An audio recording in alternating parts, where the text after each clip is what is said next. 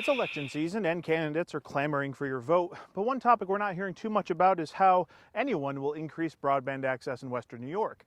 And a new survey says that's a topic that could tilt the vote for any candidate. There's like 4 key points that really popped out to AARP, and as I said, it was a survey of people 35 years and older who are voters in New York. And the first one was that 87% of the people that we surveyed think it's very important that the governor and the legislature make high-speed internet more affordable for people here in New York. And that's as you know, that's a very big number, 87% of the people surveyed.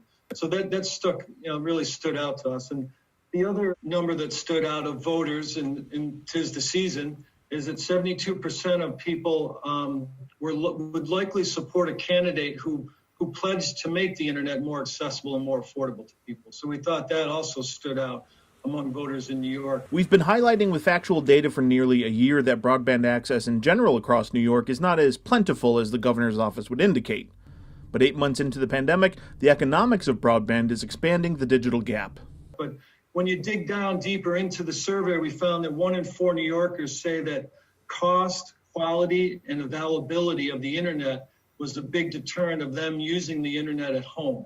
And we found that to be somewhat striking that, we have a lot of internet access in New York, but still people are really struggling with the quality of their internet, the cost of their internet, and really the availability that we've heard about both in the rural areas of the state, but also in our cities. Of the 749 respondents to the survey, 13.5% were from the Buffalo-Rochester area, 42.9% from outside New York City, and 43.6% in the 5 boroughs of New York City.